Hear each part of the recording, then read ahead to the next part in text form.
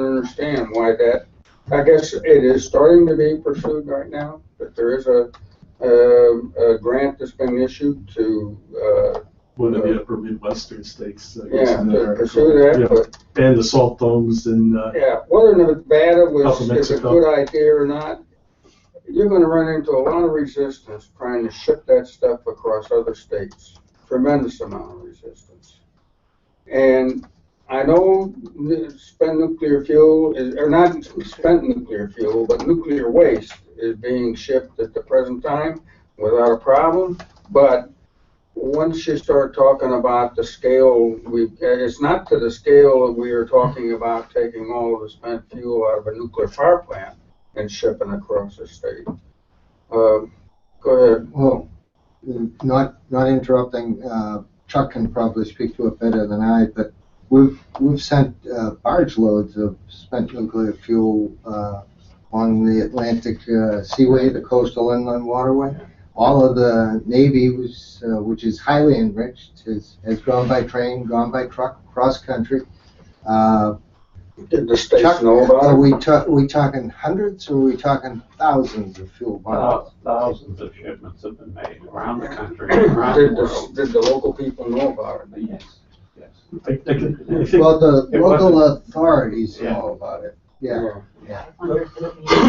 we could spend a whole meeting talking about this. Well, let me throw one caveat in. Sure. What's been done maybe 10, 20, 30 years ago in a different world we're living in is, even though the technologies may be even a little bit better for that for the sake of argument, we're living in a different political world now, and you know, True, but and you can't. I think It's hard to license a McDonald's in town sometimes to come in place compared to. But I think, as Mr. Simpson said, it's worthy of discussion because you've got congressmen in California that want to ship their spent fuel to Texas, okay, and they're negotiating with states on the train routes, whereas you have Canadian highly enriched plutonium waste, okay, that they want to ship to South Carolina. South Carolina is the appropriate place for it, but the congressional bodies from New York say it won't pass through their state. So I mean, it goes back to Mr. Coughlin. We need a national understanding, okay? Because it's like there are a lot of materials that are more toxic and radioactive than spent fuel, okay? Things that don't have any half-life, they're forever. And we, as an industrialized nation, we have to face them and we have to address them. And I'll be quiet. They have RCRA cradle to grave for hazmat, and hopefully they'll have that figured out in our lifetime for spent nuclear fuel. But that's a worthy subject for us to continue to in future meetings. Joe? Just a quick final that we had mentioned before, and I haven't seen anything since then, and I hope it's continues to be under development, that the new facility in the Four Corners area of Arizona, New Mexico, with mostly New Mexico, that is being developed for storage. Hopefully that does pan out. The articles I read months ago on it, and then Googled it, seemed very positive because the governor of New Mexico, the county commissioners, two counties that were adjacent to it, had all approved, and the general public. It had become a local public referendum issue, had approved for bringing, to the extent that all the transportation liability issues could be resolved and so forth, for transferring spent fuel to that facility. That they apparently were saying they could handle every single spent fuel rod in the nation, and they were going to eventually have greater capacity than Yucca Mountain had. If that continues to be true and to be developed, then it would seem like the issues become the transportation issues across the country, liability issues for transportation, who's liable, so forth and so on. Okay, thank you. Okay, I'd like to move on to new business, and first on order is I want to welcome Karen Dale, in Pine. I'm going to pronounce your last name correctly. DuBois? Wow. Dubois. Dubois. 1,000 lashes Big with a whip. Canadian. Canadian. Nobody ever gets it. Dubois. And if I I got it. mispronounce again, shame on me. That's okay. I'd like to welcome, one of the things we've tried to do as a committee, particularly since the time Pilgrim got relicensed, is to have public interest groups come in periodically to give their point of view and update of important and sometimes contentious issues. Come out to the table. We've got room here. And we're being live streamed by Mr. Noyes to let everybody know. Great, thank you. Right, Good to know. Mr. Nabler, sorry. Shame on you. And last Monday, Karen was kind enough to circulate a letter and a document that Jones River had submitted to NRC regarding a consultant study that was done, finished up in December 2015, regarding Arriva's flood hazard reevaluation report that Entergy had Arriva do back, submitted to March 2015 to the NRC. And this report, this Arriva study, as you all probably remember from last year, was done because all operating nuclear plants post-Fukushima had to comply with an NRC order to reevaluate flood hazard issues. So one of the issues that came up was the use of survey map information in the study, and last June, Entergy was going to provide Jones River with the survey report data that Arriva had referenced in their report that went to NRC, but at the time, because of petitions that had been filed by certain public interest groups to NRC there, unfortunately, Mr. Noyes was not able to provide that information. So with that in mind and other concerns and considerations that Jones River had, they commissioned a study by CSC, and I saw Karen and Pine last Tuesday at the Board of Selectmen meeting and asked if they would be free to come in and do a brief overview of this, and hoping if everyone here at the table had a time, any Q&A that we may have on that regard. So I'll turn it over to Karen and to Pine. Let me jump in first, Rich, if you don't mind. And Sure. I really appreciate you inviting us down to the meeting. We, as you know, became involved in the issues surrounding Pilgrim during the relicensing process in 2012.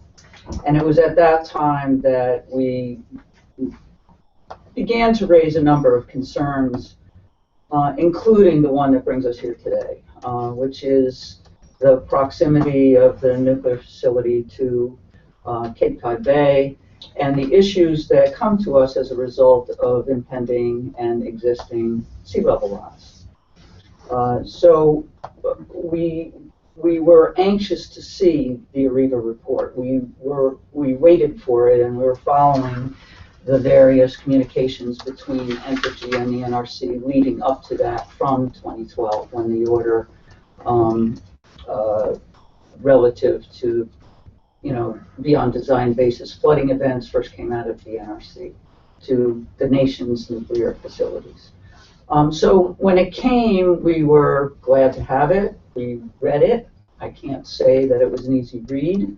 If any of the rest of you have tried to read it, you'll know what I mean.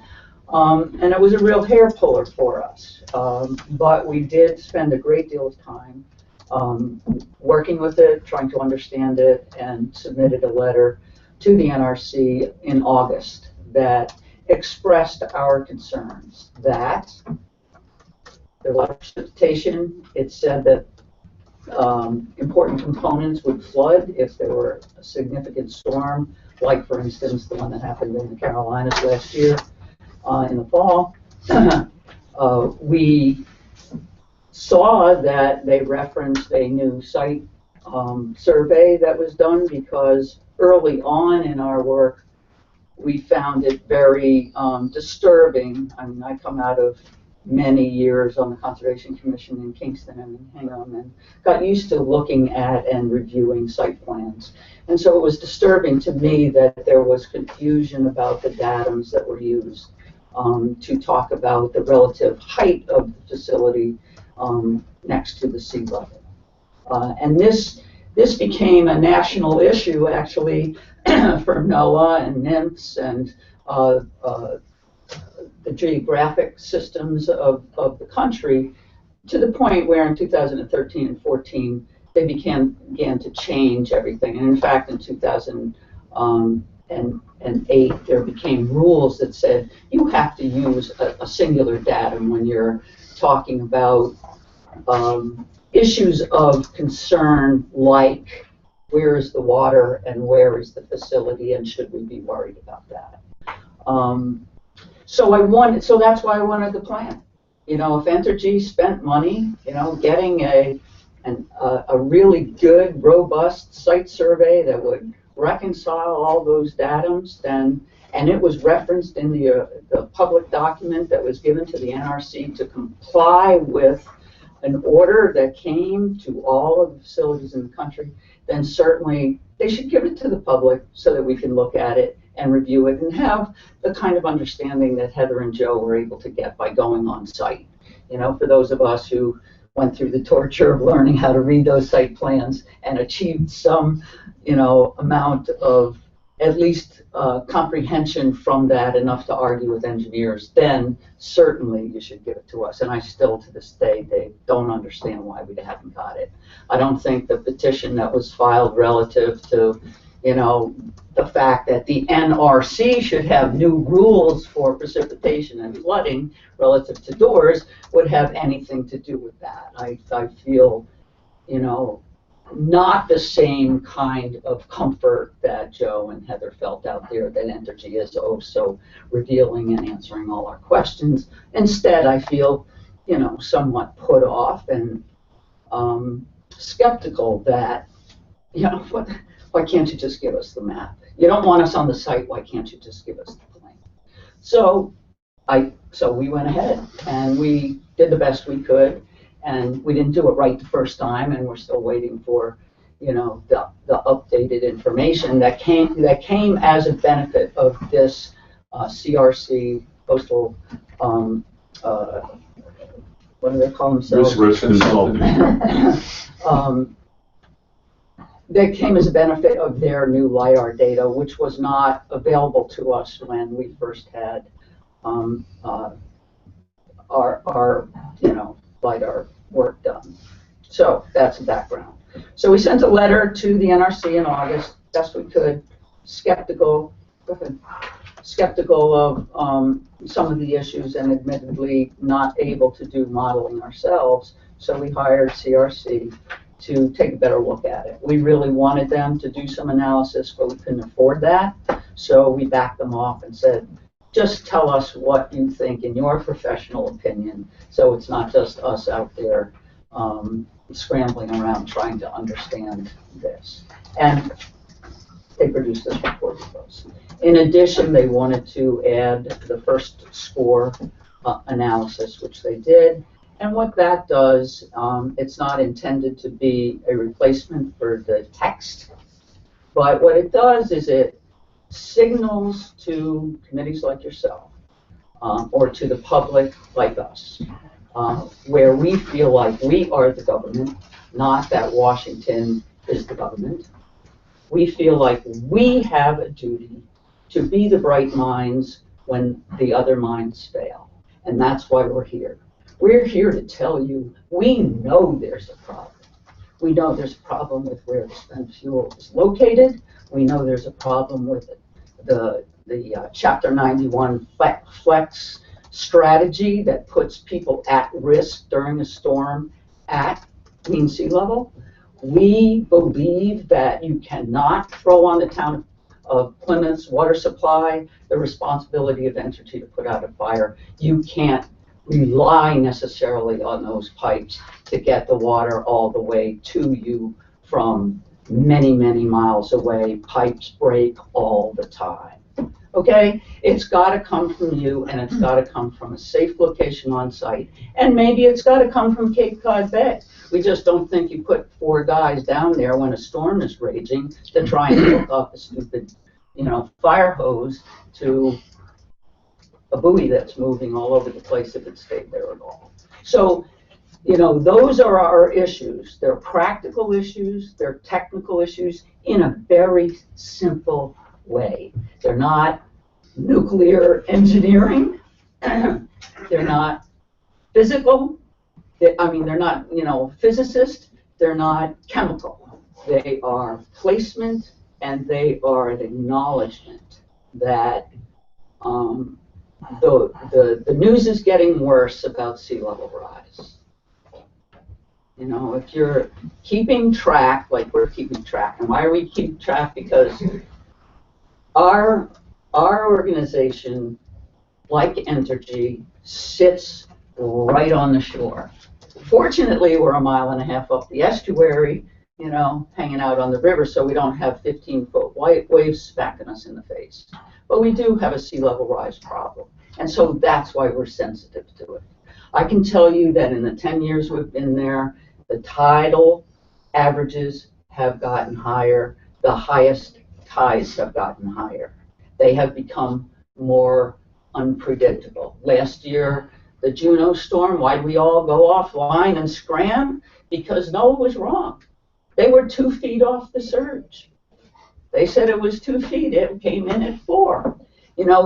We simply don't know everything there is to know, and I'm sure Joe from FEMA will tell us that.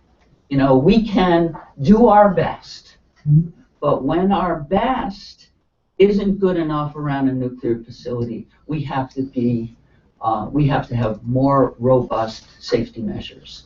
And that's why we think that unless your plan is to barge that waste out within 5 or 10 years, then you better get it up higher location and inside some sort of bunker so that you can get the plan together to enable all of the things to happen that have to happen in order to move it out of town, because honestly, it can't stay there for 100 or 300 years. It really can't. It's got to go someplace. But in the meantime, you can't leave it next to the shore unless your ultimate plan is to roll it into the bay.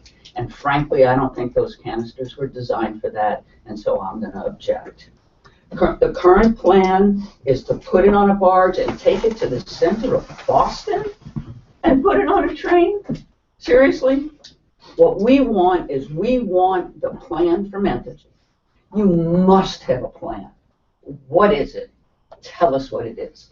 You can't just say, oh, it's Washington's problem. Really? The way Washington was working these days? You don't want to do that to yourselves even. I trust you to have a better plan. We want to know what it is. We want to work with you on it. We don't want to spend our time fighting you and wasting time. We think that this problem has to be solved. We think the people in this room, every single one of them, are part of solving that problem, and we want to help. But we don't want you to deny what's going on, And if you have money, you can do more with the material than we were able to do, because frankly, we just didn't have it. But we don't have a tax base either. We have a couple hundred members that are doing this. And we live in Kingston. So my request to you is, let's all take a different approach here. We have a problem to solve. Let's not pretend it's already solved. It's not even close. Karen, do you have anything more to Yeah, add? I mean, it's hard to Tough act to follow. Yeah, it really is. Sorry, not an act. Gosh, that person I've ever known. No, I mean, I think that was a really good overview. But I guess the one thing that I was thinking of that you didn't mention is that the AREVA report that was done, that was sort of the phase one of that recommendation, the NRC recommendation. Phase two is the NRC's decision of whether or not to implement any sort of mitigation measures Right. based on phase one. So that's why it's so important too, to make sure they get it right, because the NRC is basically deciding whether or not to fix anything based on what's in that report. So, you know, that's why it was so important for us to make sure that it was accurate as close as possible. So. Thank you. Sure. Before I What open, about the grade excuse plastic? me, Mary, let me run the meeting. Thank you. Before I open the Q&A up to committee members and then to the audience too, you had three initial comments. First, Karen, along the lines of follow-on.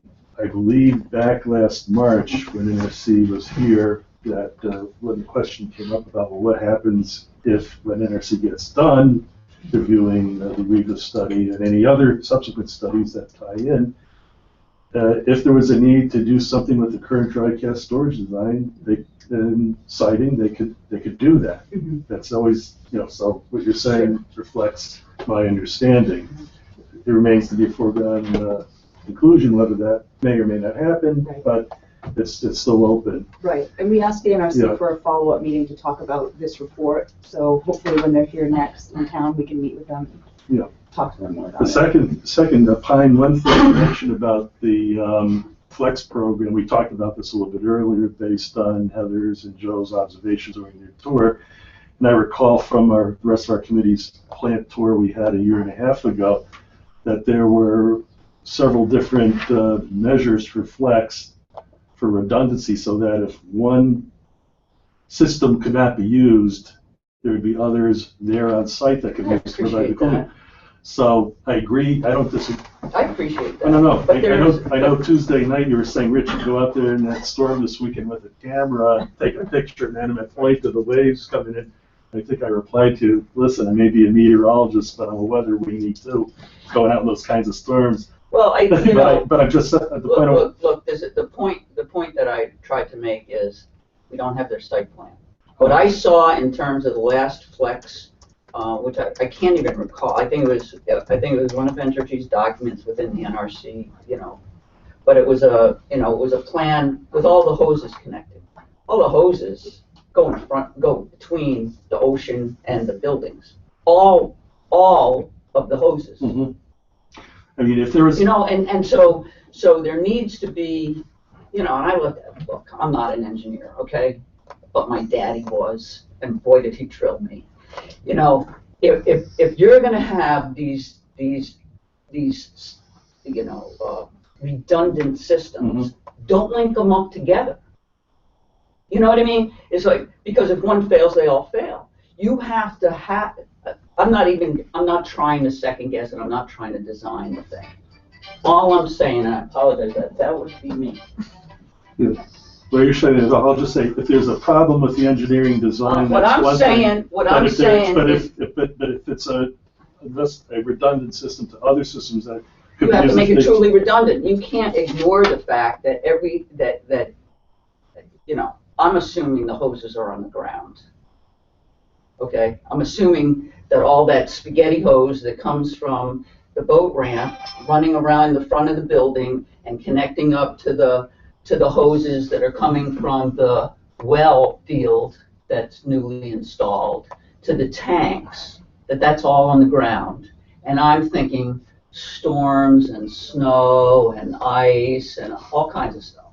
Okay? I don't know. I think that you need somebody outside the ball field to take a look and say, gee, maybe there's a better way to do that.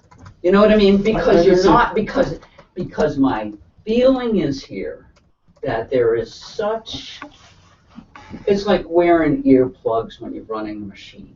It's not so I loud I anymore, understand where you're coming from, you know? but my thought is that if you can't deploy the system because of weather or other factors, or there are other systems in place there as far as the No, take a redundant. look. Take a look. I was there to see it, but so were other committee members. I'm not disagreeing with your concern about is the system as robust as it should be in terms of the engineering features there. Well, how is it protected?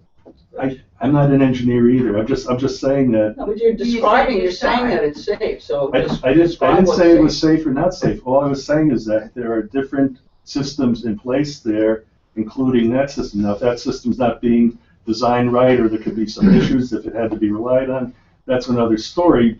But my understanding of Flex, unless my understanding is not correct, is that if something could not be used or was defective or something happened there, there are other water supply features that are in the plan that could be used. If they all didn't work, that's a big problem there. But that's the whole idea of my understanding of Flex from what we've been hearing over the last couple of years. But let's move. The other question I had is, in your cover letter to the NRC, you had mentioned that you were having the consultant firm provide some new survey data. They were working on it, and you were going to provide it.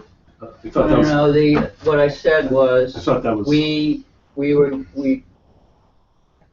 CRC was able to bring in the 2013 LiDAR data. Mhm. When we did our maps, we used 2011, I think, which did not have the same level of accuracy.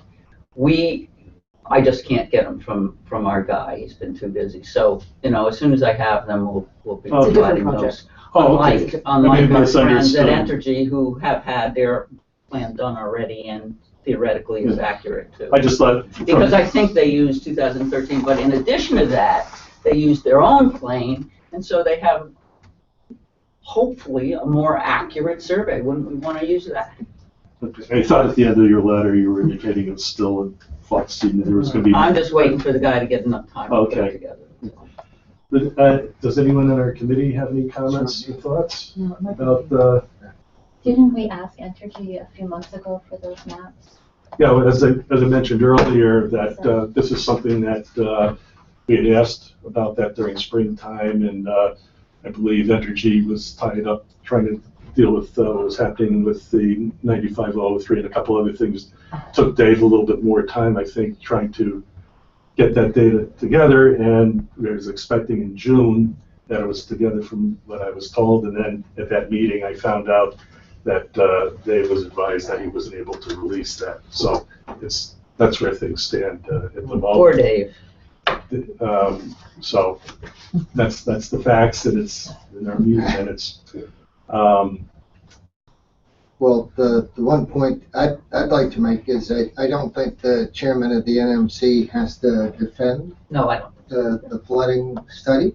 Okay, probably even Mr. Dave, although Mr. Dave presented it to the NRC is going to be the judge. Right. It's not going to be the Jones River. It's not going to be the That's NMC. right. That's There right. are going to be intelligent people, professionals, okay, that are going to look at, and I'm sure I know, they'll I take just- into account your comments. Look, I know we're all, the gist of the take home here for me, okay, is when I started to look at this, I really felt stupid. I felt like there was no way I could get to this stuff, right? And then, lo and behold, I started to understand that everybody realized there was a problem. I'm talking USGS, NOAA, NASA. Everybody realized that there was a problem with the way we were looking at shoreside installations and the way we talk about tides, sea levels, and how it compares. So they have been working for the last several years to correct that. So we have a lot to learn, but it's not unlearnable. The information is getting more comprehensible. It's becoming more parallel. And, if we pay attention to it and don't pretend that a problem doesn't exist because it didn't exist 40 years ago, we'll be able to solve it. I'm fairly certain. But I'm not willing to jeopardize all of Cape Cod Bay, just like the town of Plymouth is not willing to jeopardize the economic and social vitality of the town. You know, we don't want to lose our resources, and we recognize that, you know, we're in this together, you know, and have a 40-year track record that we have to deal with. We recognize that. We appreciate it. Sir Jim, you had a comment or Well, question, and I'll turn it over couple to Joe. things. I know Energy provided us a while back, they circulated a whole set of documents that they've collected over a lot of years of fish surveys. Have you had a chance to look at those and drawn some conclusions? Marine monitoring reports we're talking about, or Pardon? are you talking about the marine monitoring reports, or? They were. Yeah, Yeah, oh yeah. Yeah, we reviewed those. and have you drawn conclusions on those yet? Oh, yeah, there's a lot of fish that are in pinch, is my conclusion. I mean, has it impacted the fish population in the bay, one way or another? It depends which population you're talking about. Has it impacted things, you know, certain populations? Probably. I don't have the information in front of me. I'd have to look at it and let you know. Let but- me just stop here. This is Jim's question that is brought up as a follow-on to Karen came in twice during the late spring and summer to do. And I was going to have Karen come in to do an update of that whole Yeah. subject matter. So can we, in the name of time, can we table that for now? Well, yeah, I'd like to hear her No, comments okay. on those. Could you give a quick comment on that? And then if we need to have you come in and do a presentation. Sure, that would be. If you don't have all your Yeah. information. That would be ready great. to- Yeah, I don't have all the information. Now, given the fact that Energy, that the plant isn't going to be in operation for 5 years from now, the sea level isn't going to rise that much from where it is right now. Why are we caring about this? I disagree with you. Where's the And cash so does going? the science. Disagreeing in what respect? They're still Well- going to be here for 5 years and beyond? No, I think they will probably be here for 5 years or 10 years. I'm hoping that in 10 years they'll be all gone and the site will be cleaned up. They But- made an announcement that, and it sounds firm and even, that no later than 2019, the plant will cease operation. I know, but we have contamination in the ground, which is part of our concern. We have the nuclear waste dump, if you will, in the dry cask storage and in the spent fuel pool. We have the stranded waste that's 30 feet from the shoreline in a canister that's not protected. We have significant problems there, and we have the facility, I'm assuming the reactor building is rather radioactive and needs to be, you know, confined somehow or removed. So there's a lot of work to be done once they turn the key off, and as far as I'm concerned, sooner the better, because then we can get to the real cleanup. But that's called. But all of that, it's called decommission and decontamination. But, you know, all of that is extremely important relative to the sea level rise you don't think is relevant today. And I'm telling you, I that have no the doubt in my information- mind that the climate change is going to begin to start the sea level rise. But from what I've understood from reports, is that it's only going to rise inches, not even an inch or two a year. That'll your take information, 50 to 100 years. your before it'll information be is significant. old. Your information is old. I'm happy to send you stuff, but that's why the discussion, you see, because if you guys are thinking that you don't have a problem in Plymouth for 100 to 300 years, and I think you got a problem in 10, we got a gap to cross, and I am willing to cross that with information. We'll see what NRC has to say about this when they finish reviewing. I hope Well- sometime by this March, us will have had Energy's report for a year, and usually they take about that amount of time to go over something to that effect. But I think it's important to understand orders of magnitude here. Mr. Simpson, I think you're thinking in the order of in recorded history in Boston Harbor since the settlement. We're talking about 7 inches per century. Is that correct? I could spend 15, 20 minutes Okay, talking but- about this topic as a meteorologist. Can he finish? Can he finish? Well, okay, No, because but I we've mean, you were suggesting it's we've, something other excuse than me, that. everybody, don't mean to interrupt, but we've talked about this whole topic, That's what this addresses. the 2 meetings, That's what this addresses. about a year ago. So I'd rather keep moving, and Joe, I'd like you to, if you had some questions and comments. Yeah, We can come back to this, but, you know, we can only just cover just so much. I like Joe's I questions. had read the Ariba report before, as have everybody else, I guess. And I read the new CRC report. It's got a lot of interesting data. The first 2 tasks contain, I think, 10 recommendations. Task 3 addresses some additional issues. There are several references in the report to Ariba not using current information, or at least updated information that seems to be available, citing NOAA and other agencies that apparently have the data. One concern that I had is a comment where they say Ariba analysis underestimates the risk by using outdated precipitation data that Pine had mentioned, and not considering future climatic conditions.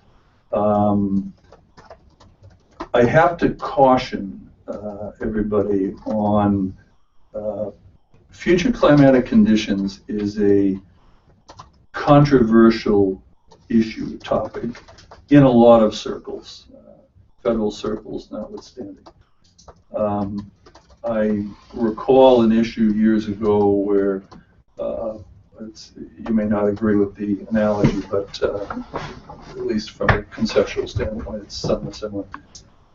We had been asked in producing flood hazard maps in FEMA to consider what was called ultimate growth, meaning once the plans for development within a community were implemented, which might mean 10 years from then, or 20 years from then, or whatever, they would change the flooding conditions within the community from what they were as of point X. That became a very, very problematic issue because future conditions are subject to change. In that case, they were subject to political changes because planning is the prerogative of local governments, and they change. So what the agreement was in the end, after lots of discussion, was to take the issue of future change, be they climatic, be they planning, be they both, and include a section in the reports that we did as information, but not included from the standpoint of mandating local actions, because it just wouldn't have held up in court because things change too much. That's just a caution. Yes, there's lots of debate and lots of discussion on sea level rise. Is it occurring? Sure, it's occurring. It's occurring all over many parts of the world. But it occurs at different rates depending upon where you are.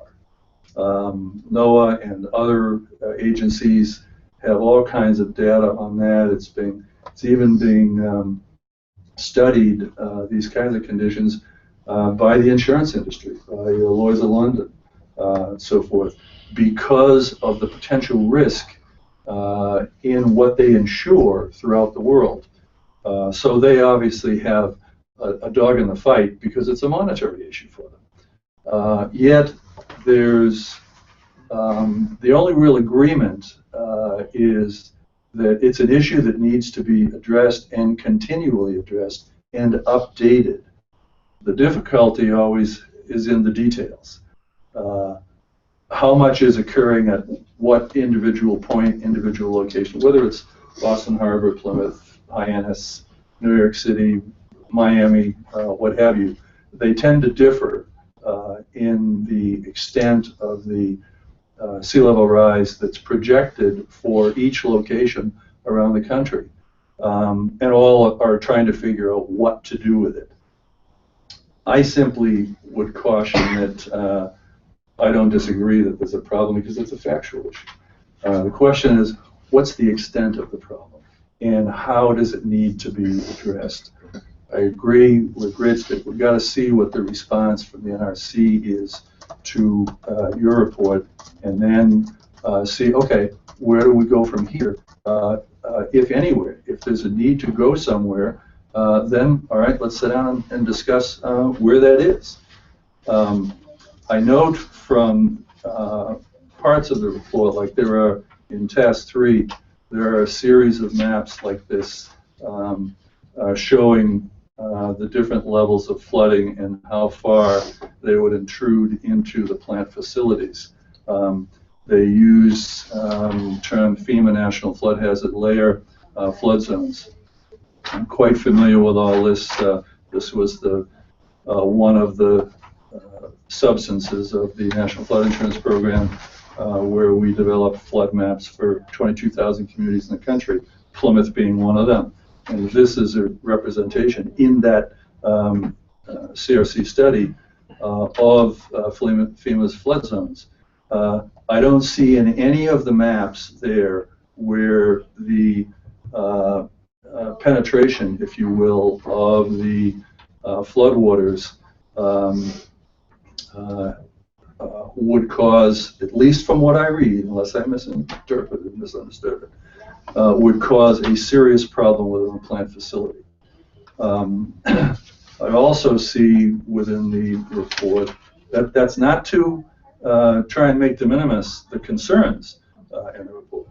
But I also see on the first score that I mentioned, a chart. This is page 52 of the 59-page report. That uses a color code because it's easier to understand, with showing the different degrees of risk, if you will, that flooding may cause in the future at the plant facility. The first score critical level, according to the report, would be around the years 2066. Well, that's virtually at the end of the entire 60-year decommissioning period. I'm not sure, even to the extent that the maps, which again, all the maps, I didn't see the level of criticality from those maps, and I even questioned that, not the one I just used, but there are other maps in that Task 3 section that use purple and yellow and some other colors just to show different degrees of flood heights that would occur. It almost seems like they have in those maps, they got it in reverse, because the purple in it is shown right along the water's edge, and that's where the water is the highest, at least according to the numbers in the study. Well, just basic logic says, whether it's a tidal surge or what have you, as it's coming in, it rises. It hits the land, and the water goes up.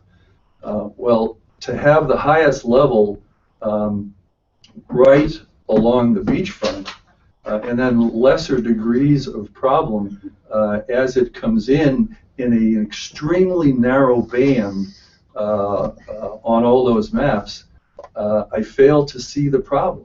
So I'm just wondering whether there was an error, an unintentional error made in displaying the data that backs up the study. I don't know. It was just, in looking at it, I was scratching my head and saying, I don't understand this at all, because I'm quite familiar with reading flood hazard maps. First of all, thank you for reading it in such great detail. I appreciate that. Well, just one other Sure. little comment, and I appreciate the background that Pine gave on how you went about doing the study. But when I went on CRC's website also to just get a better sense of them, and they have a lot of impressive names as to who worked on the study and so forth. But I guess as a former Fed, I'm just used to these kinds of things, whereas the average person isn't and is smart enough probably not to. But their legal disclaimer on their website, my God, you know what it reminds me of? When I pick up Yes, I do. prescription from CVS and you read all of the possible problems that could kill you from taking the prescription, you wouldn't take the pill or whatever it is they're prescribing. And that's what this disclaimer reminds me of. Yeah. My God, we're not a law firm, engineering or architectural firm. We're not offering legal engineering or architectural service of any kind in any state. We do not provide any kind of service, opinion, recommendation, or advice about your legal, and on and on and on. And I said, oh my God, if they just left that off, it would be easier to read what appeared to be some, I mean, if there hasn't been current data used in the AREVA study, and there's better data to use, then that may be a legitimate issue. But we also have to be careful of data and models and processes and procedures. Models are only as good as the components that go into them. And sometimes, and federal government's no different, believe me, if somebody has an axe to grind, let's say it was a federal agency putting together their own model, and some of the technical staff believe it absolutely should go in a certain direction, meaning the results, not taking just the science where it is known at that point in time and saying, okay, let's put together our models and procedures based on the best information we have available to us today without using the personal views. Great. But I've seen many models, including federal models, that unfortunately don't pass that test. And I simply caution us to be very careful that in any data that's used, what we try and do is to make sure it is using the best available data, the best science, and so forth, and then trying to make objective analysis of the data, leaving out subjective views and trying to predetermine the outcome of any kind of study or analysis. I'm not trying to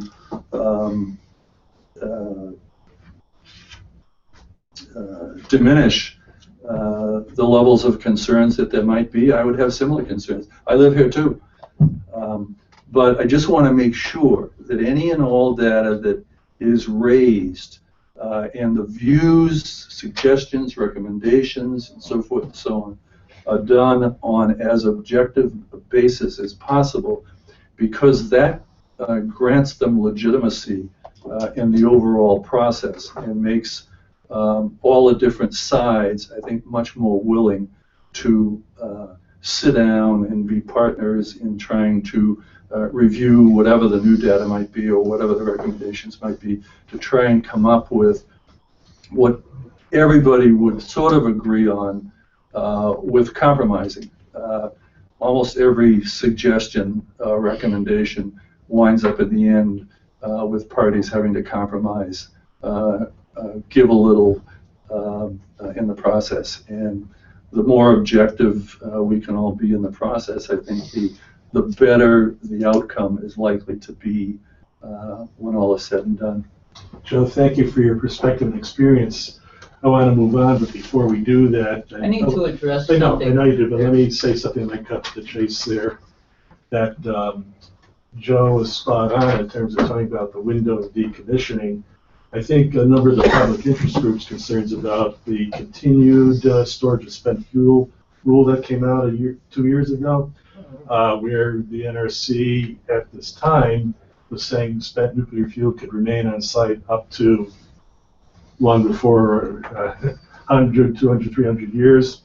So it's not just, you're correct, Joe, in terms of the decommissioning window, but it even goes beyond that, where I know there's been some angst expressed, particularly over the last 2 years. I don't know if that was something you're going to bring Well, up. but- let me explain the first. But I want to do it quickly score. because. I'm gonna do it quickly and we can, No, I thought you had a question I before. do have a question, but the presenters, I know, I'd rather yeah, hear but what we are. let me address what Joe just said in terms Sure. of the first score and pointing out the 2066 issue.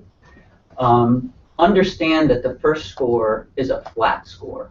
There's no waves, you know, and FEMA, flood issue is based on sea level rise, 2 feet of surge, and a 3-foot wave. That's what those colors represent. The concern that CRC had, that Areva left out, had to do with, groundwater levels. And their first score has to do with when there is inundation on site in a July day that's hot and flat calm out there, and you're getting flooding. That's what they're talking about. What they're saying is that in 2066, which is actually only 40 or so years from now, it's going to be like that. And you're going to have flooding on site, so that any sort of decontamination or decommissioning activities or anything, you're going to be in the water pretty readily. And you don't want to be. And so that's the point of us saying, look, if it's going to be like that 40 years from now, don't you want to get it out faster? Don't you want to do it when it's cheaper? Don't you want to do it when you can before you contaminate Cape Cod Bay? That was the point. We find the FEMA maps entirely lacking for an industrial application to assess the risk there. We don't think FEMA ever intended to, risk evaluate nuclear power plants. I don't think they intended to as a federal agency, and so it's not appropriate. I argued with CRC about this and had the exact same comments, which is why I'm so livid about the damn site plan. Okay, that's why we want it, because it would help us give and produce better information. That's really FEMA does not base their flood hazard evaluations and maps based on type of property or use of property. Yeah, I know. They base it on hazard and hydrology and hydraulics that go into the study. So whether it's a coastal nuclear facility or it's a Pine Hills residential community, it doesn't get any different approach in analyzing the documents. If somebody else wants to do that separately, but the risk is the risk, as they've done. And the maps dealing with coastal flooding have been revised in recent years for Plymouth and other communities around here. And you may disagree with the methodology that they use, but the methodology is the result of all of the federal agencies involved in flood mapping, Army Corps of Engineers, NOAA, Geological Survey, as well as the American Society of Civil Engineers, American Institute of Architects, all sit on a committee in Washington that advise FEMA on its mapping standards. So I disagree with your points that you were making, that you didn't agree with the criteria or the results of the maps at all. All I'm saying is you can't interpret the flood maps to be the only problem. That's all I'm saying. Because FEMA, what your study shows in the different maps, not just the FEMA maps, but the other ones, it's an analysis. whatever you want to call it. Well, I'm just saying. It's displaying the risk. How you want to then apply the risk, that's a different issue. But those maps in there are supposedly the result of a pure technical analysis, and that's fine. And as I say, when I read them, I don't see the risk that the verbiage is saying is there and that you're saying is there. The maps don't support it. It's an appendix because it's talking about something else, and the maps were not supposed to reflect the text. It was supposed to be an added tool, if you will, to evaluate the decommissioning issues. That's all. Okay. Any questions from the public before we move on. Mary? Yeah, my point, you made one of them, was that you can't look in terms of the end of 60 years for decommissioning means everything magically has disappeared and the problem's over. Because we also have to consider that Entergy is a limited liability company, and they told at Vermont, Vice President Toomey, the legislature, that if the cleanup wasn't accomplished after 60-year period, see you in court. And I think I mentioned also the greater than Class C waste that is to go along with the spent fuel and treated the same way, so it's orphaned, is sitting in a precariously close location. And it seems to make no sense. I mean, why have that barrel there when you could move it further up? It just makes no sense being there. And there'll be a greater accumulation of greater than Class C when decommissioning goes. My last point is, I remember the selectmen of Plymouth stating when the NRC were here that I think Ken spoke first. We don't trust Entergy and we don't trust the NRC. And so I'm listening to, well, let's see what the NRC has to say. So that says to me the importance of citizen participation, town participation, etc., to be a voice at the table so everybody comes to the right conclusion and does not just say, well, we don't trust the NRC, but we do trust the NRC to do all the work. I'm just making that point. Okay, and I think this is how I try to run this committee, as you know, in terms of trying to get I think you do a great job. That's not the issue. The issue is the NRC. I think we have a response for Yeah, I Heather. just have one thing to add. Sure, Heather. Mary. Sure. If we're going to go along with what the NRC says, and we don't believe them, even if we did believe them, they changed their recommendations on the fly, and I do agree with her that we should be experts on this and educate ourselves.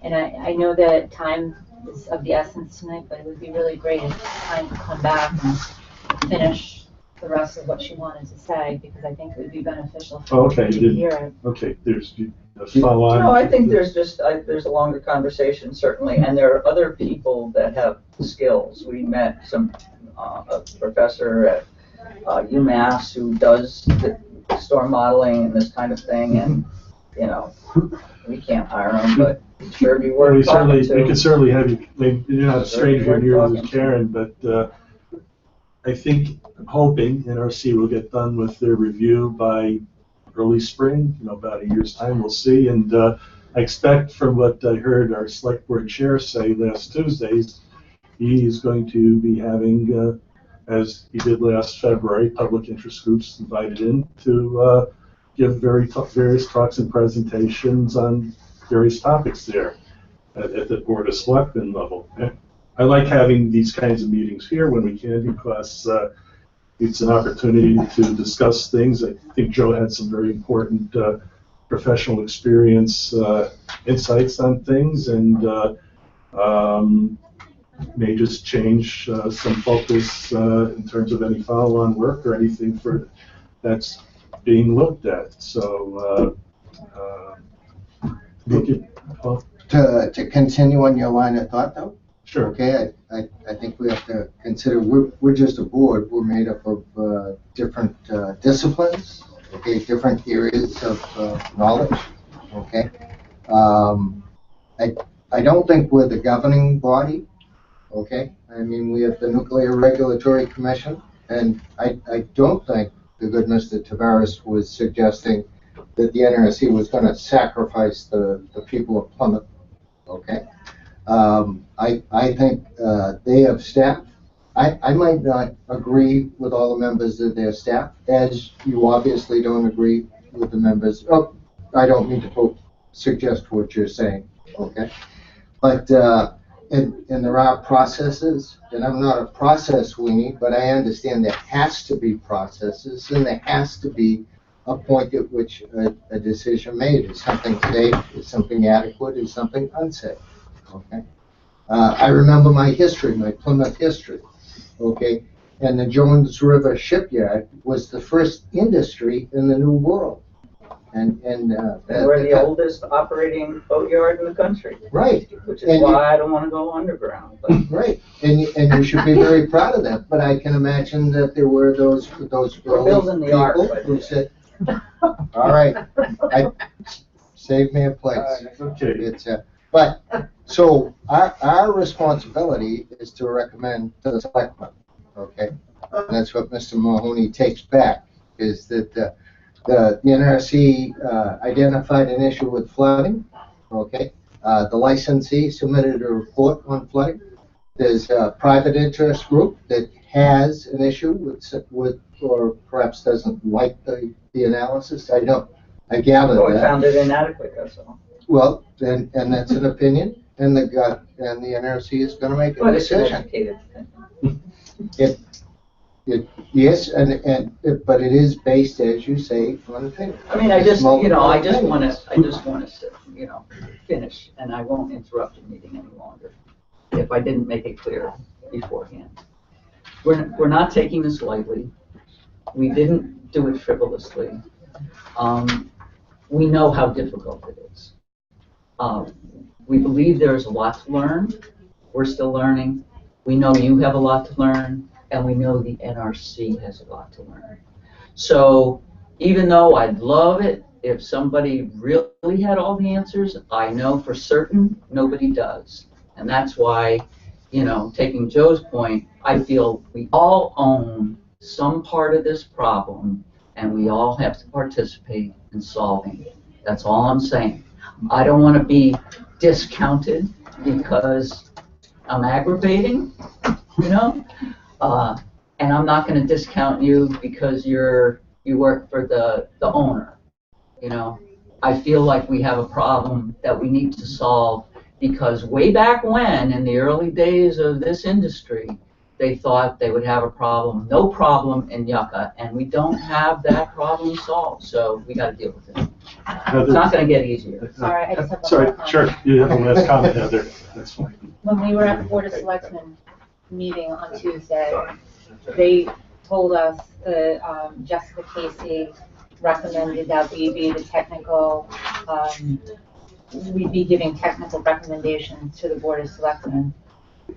I know we don't have a charter yet, an updated charter, but to me, I know it's subjective, recommendation means that we're collectively telling the Board of Selectmen what we think, not just what you said, Paul, that this group says this, the NRC says this. I'm not sure, maybe we need to clear that up with them, but to me, it sounded like we were going to be tasked with giving recommendations to the Board of Selectmen. So, Well, we're jumping ahead, but let me just say that we do have a October 20th, 2014 updated charter mission statement that our committee voted unanimously to approve, and we submitted it to our Board of Selectmen. Our board hasn't come back to change it, challenge it, or do anything there. We basically have been, I think, following the things in our charter mission statement even before we updated it, as far as time and knowledge and information and interest permitted to research things out and keep our selectmen liaison informed, as well as other board members on things of that nature. And my understanding from, as we move right into new business here, as far as the Energy Task Force presentation, to recap that I heard the presentation for the first time on Tuesday and found out that I was going to be asked to be part of that Energy Task Force or Energy Working Group. We were all there for the presentation. I haven't seen or received any further feedback since that time. I understand that some representatives from that task force will be going up to see the members of the Vermont Commission and Citizens Advisory Panel this week, but that was reported in the news. So that's about all I know. I haven't been invited yet to come to any task force meetings. The seat hasn't gotten warm yet, so. But in terms of some of the recommendations that were in that presentation there, we've already been doing some of the things that were in there in terms of what's there. We may be asked questions by the task force to get our opinion on, based on things that they may be receiving from other outside parties, or any questions that they may have. I know their focus right now from the presentations seems to be more on economics. At this point, I need to get to some of the meetings and find out more of their hot buttons and things, if they have any, other than economic considerations that they've been focusing on since last October, when Entergy made its announcement. So I don't know if I've answered your comment or question, but that's my perception of this. John, do you have any comment about anything you may have heard from your end since last Tuesday? The only thing I've That's heard, my. You're getting a seat at the table in the, with respect to that working group. So I'm sure you're going to be in some sort of email list. They're going to notify you of whenever that next meeting is. And that's a pretty fluid group, because it includes, I believe, obviously the entire board of selectmen is more than willing, welcome to show up if they so choose. So that was it. There was a few tasks or proposals that they had put on at the end for this committee to research, and then Thursday I'm heading up to Vermont with 4 others for 7 hours of meetings from 2 p.m. in the afternoon to 9 p.m. So I would be getting back to Plymouth 12:30 in the morning Friday, but Watch the weather. I gotta be honest with you. That's not up there, down It's here. far more exciting than this meeting that I'm gonna have to jump off in the middle of the highway. Couple of questions, one for the good selectman, Mr. Mahoney. Is there a reason Yankee Road plant is not being visited by this panel? I mean, the Commonwealth has an existing nuclear power plant that has been decommissioned. It was a utility, not a market reactor, that's why. Mrs. Limpet, I do understand that, but I was asking Mr. Oh, just The giving you the question is answer. what? But I also understand. I got an itinerary right now. You're asking why we're not specifically going to the plant? Well, I'm just wondering why you're not going to Yankee Road. Oh, I'm sorry. That's okay. You were distracted and Because I distracted. think that the, obviously this is the most recent thing. Yeah. Entergy, 15 months ago they went under, so it went off. So, we're gonna start off at the Brattleboro Development Credit Corporation with Executive Director Adam Grinold. I can Whose save name you, I believe I is familiar. can save you some time, Selectman Mahoney. You're not going to the Yankee Road Power. That's correct. Okay, all right, the next question, nothing bad. Okay, now see, Miss Heather and I agree on an awful lot of things. We do, and we care about the people. We live here in Plymouth. Of all the people, okay, we live here in Plymouth. So what would we expect Selectman Mahoney to take back? The fact is, the Selectman, there is a concern for flooding. The NRC was the one who raised the concern as to flooding, and it was nationwide. Okay, as Mr. Coughlin brought up. Okay, so Thank you, Brian.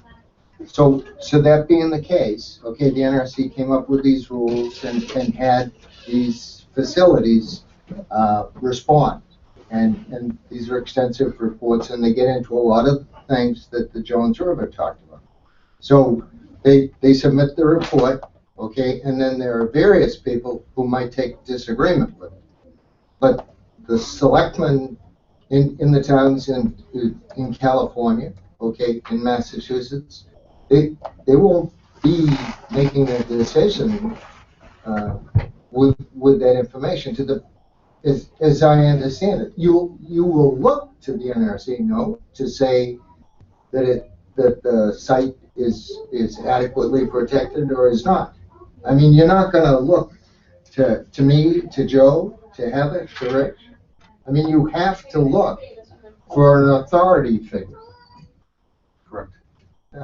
That was my only point. Jessica got up there the other night, and Yeah. I think she had 7 or 9 points. There was one bullet, and she was focusing on the economics. Yeah. It's her job, is what she was hired to do.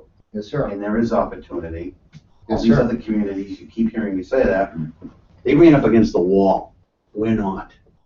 But we don't have a problem with revenue, we have a problem with what we do with revenue. Yes, sir. Keeps being thrown into the abyss of the general fund, I don't know how many times, it doesn't work.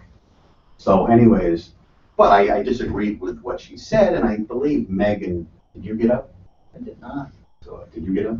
I did my comment. Anyways, so Megan, Mary get up and, yeah, I think, I mean, ultimately it's gonna come down to the NRC, but I think that we do have an obligation as a, a local town board and state representatives and congressmen to And we keep saying. facilitate change. Yeah, yeah.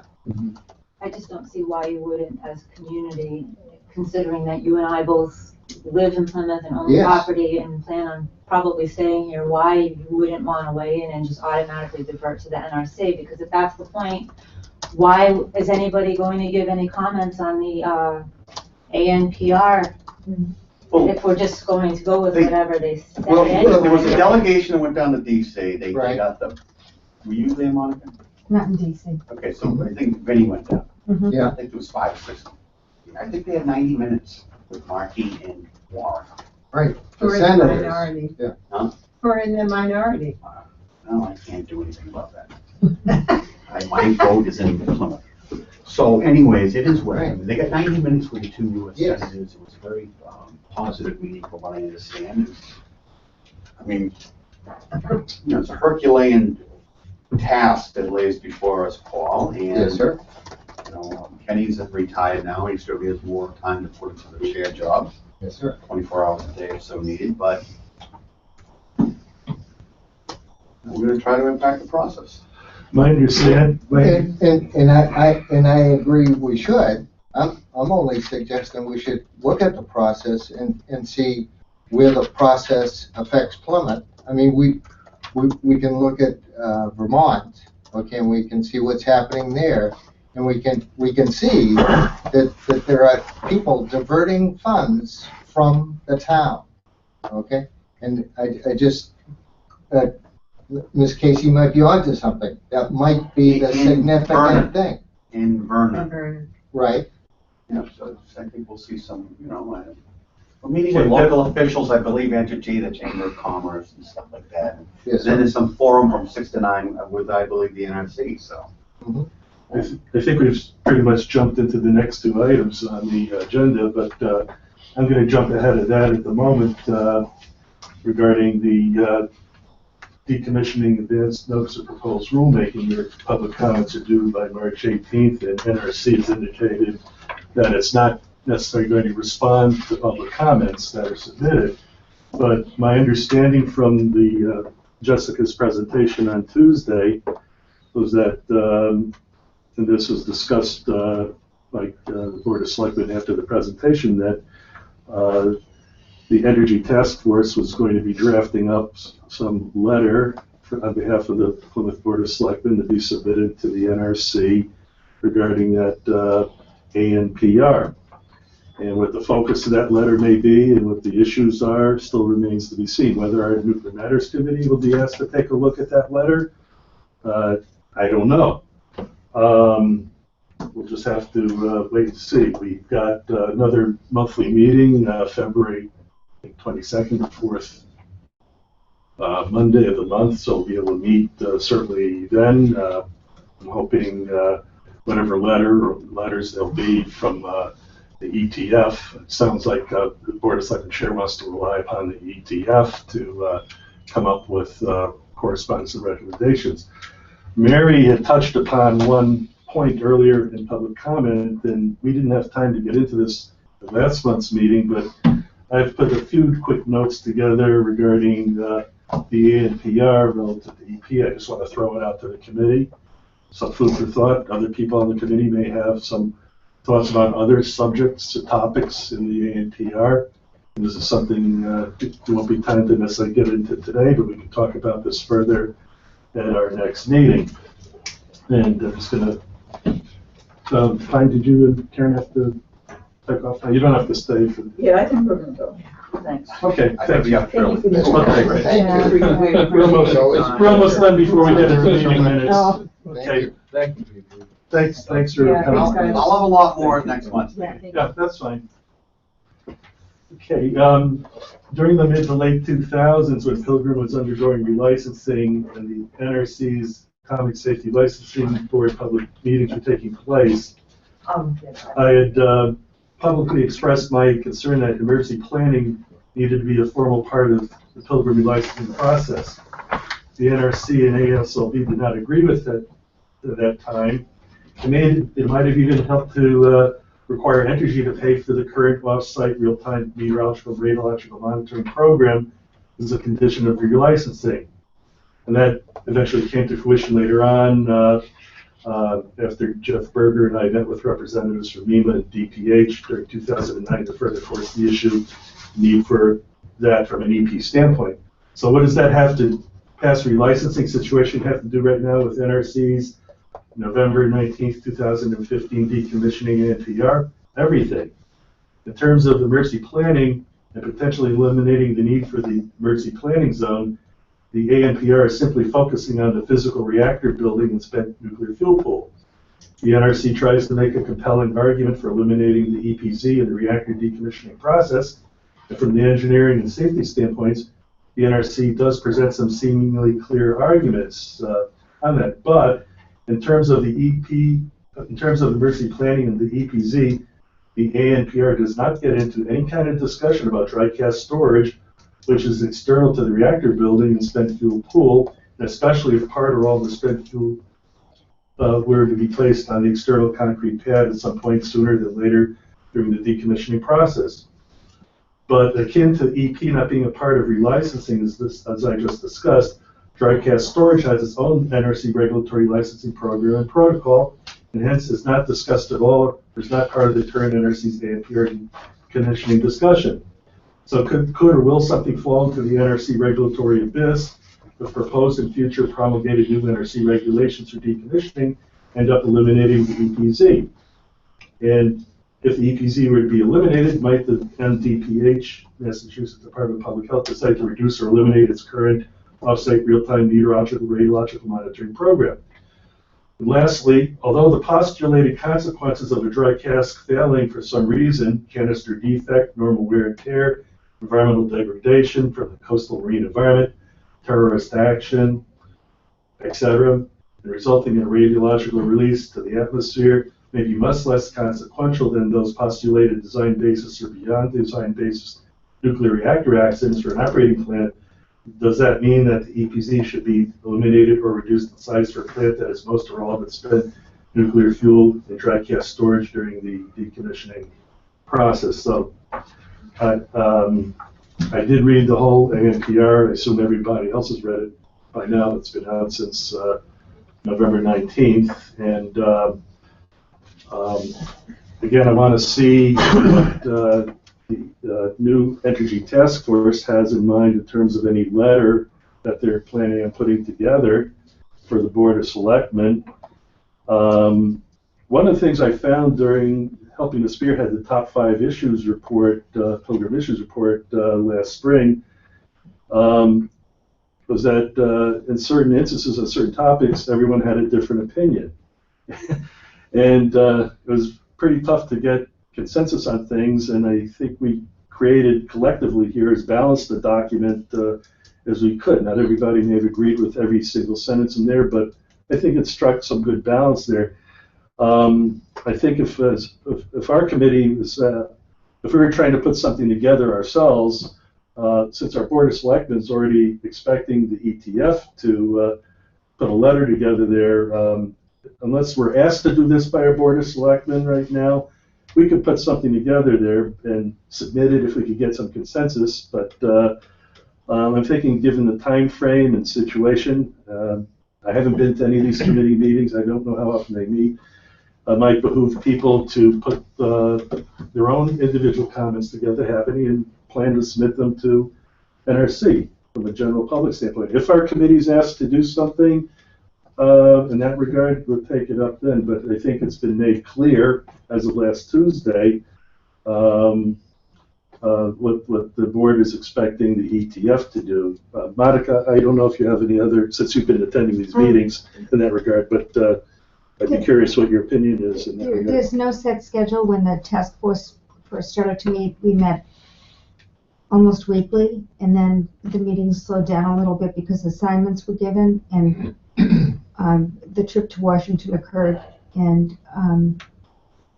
some of these site visits that they're taking, like to Vermont, have come up. So the group's not meeting quite as frequently because there's outside work being done. The team from UMass was brought in to advise the task force as well. And you had mentioned earlier that you didn't know if the subject matter had moved beyond economic development, and it really has. There's quite a there's a lot of safety issues that everyone talks about here all the time that are, in the forefront, and with many of us. Number one, and number two, they want to engage with the Department of Energy at the federal level as well as the NRC. The NRC historically has been standoffish when it comes, in my opinion, when it comes to Plymouth, and they can be a little glib and they compartmentalize things. So I think the hope is to get DOE engaged, because DOE also had made commitments way back when, and that's part of the focus of this group as well. In that regard, too, Monica, in terms of since Jessica did the presentation, I made sure after I met with her Tuesday morning to get introduced and find out what the presentation would be about, to email her a copy of our current Kennedy's Charter mission statement, so at least she understands what do we do, what are we about, and also a copy of the top 5 issues report from last April, so she can at least see at the time what thinking of the committee was, and maybe that'll stimulate some other questions or thoughts. I'm sure it will. Yeah. Felt it'd be good for her to get up to speed, at least from that standpoint, if she hadn't been given this information already. Does anybody else on the committee have any? Yes, for Ms. Monica, an offer. I mean, my gosh, if that committee has safety concerns, then this committee is who they should be asking them of. It should be Mr. Rothstein that should be able to speak to all the different disciplines, aspects where he needs to call in people. Well, but they should not be. I mean, I just see misinformation. When I talk about safety concerns, I don't necessarily mean the ongoing operation right now. No, even afterwards. During decommissioning and post-decommissioning, there are certain commitments that need to be made. Yes. And those are where the committee's focused. And I couldn't be more happy to see Mr. Rothstein. Please drag him in there and ask him. He's a member. He'll be able to speak his mind and educate everybody else. Yeah, and I'm not going to profess to have all the technical or regulatory answers on a lot of things, but we have a resource. Safety, you can answer safety. No, I think from the standpoint of relying upon resources, that we have a good committee here. And Joe's probably going to mention that, Ms. Monica, it's good that you're drawing in DOE, okay? Because for years, the old Atomic Energy Commission, that they were worried about promoting and protecting, and one couldn't do that. So that's why you have an NRC and you have a DOE. Joe, you were going to comment? Yeah, to add on to what you had mentioned earlier on the NPR, it's probably helpful to everybody to understand a little bit about what advanced notice of proposal rulemaking is in the federal process of rulemaking, particularly in light of the comment you made, Rich, that you had heard that the NRC may not respond on the comments that they receive. That's It's not, I mean, they should respond, but it's not unusual that federal agencies don't, with advance notices. The process would be they take the comments that they receive because it's an advance notice. They haven't put out the rules yet. Once they get the comments, they're supposed to review them, decide which ones they agree with, and then decide based on whatever they agree with. They will then include those in the notice of proposed rulemaking. This is the advance notice. Once they get the proposed rulemaking rules out, then there would be another comment period of probably 60 days. And it's very likely that those who send in comments, like say the town, whatever the comments might be that the town may send in, if they have not been adopted in the notice of proposed rulemaking that will follow this advance notice, then the town and anybody else who has concerns about the proposed rules can send additional comments in, whether they're the same as the original ones that may have been ignored, or they're new ones. Doesn't make any difference. They'll have the same opportunity to send comments in again. So just this first ANPR is not the last opportunity for those who may have comments. It's just the first one. There'll be another one. And I would be more concerned about the next one. When the proposed rules come out, if the town and others disagree with any of the proposed rules in it, they have a perfect opportunity then to provide those comments and see what happens and use whatever leverage they may have to try and get the NRC to pay closer attention to the comments that may have originally been submitted but not taken into account for the proposed rulemaking. So don't be discouraged if comments that go in from anybody who's been in this room or is still in this room aren't taken into account once those proposed rules come out. It's simply the federal process. And if, when the proposed rules come out, if the NRC does not then comment on those, then the NRC could be in trouble because there is a federal law that governs the regulatory process. And if agencies don't follow that process, they can be called to task for not doing so. So we know that the NRC will need to review and consider all comments, but what ones they'll act upon for the proposed rulemaking remains to be seen. And I wish you had written that part of the ANPR preamble because you explained it a lot better than even the NRC did right now. But I also recall that the NRC said this whole regulatory process, the proposed rule, this could be over a several-year period. There could be several different rules coming out, and I just hope things don't get lost in the translation due to time because of that. What happens is if a particular set of proposed rules are really, really controversial, not from necessarily a factual standpoint, but more often from a political standpoint, then agencies often kind of draw their wagons in a circle and slow down the process because, for whatever reason, either because they don't want to take the heat of coming up with a final set of rules, or they just don't, they recognize that some of the comments seem to be legitimate, but they don't know how to deal with them. And so instead of trying to pursue it, what a lot of them will do is just bury it for a period of time until more pressure is put on them to actually make some concrete decisions. It's the process. We may not like it, particularly the way some agencies handle it, but it is the process.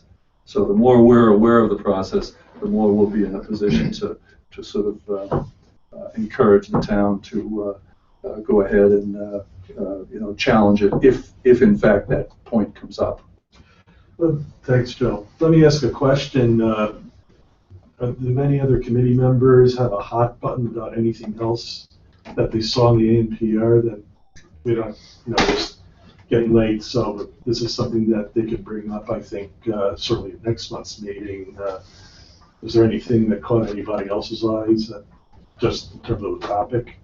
What about security? What about your stress? Well, I'm talking about the current, I'm asking a question here for the committee members.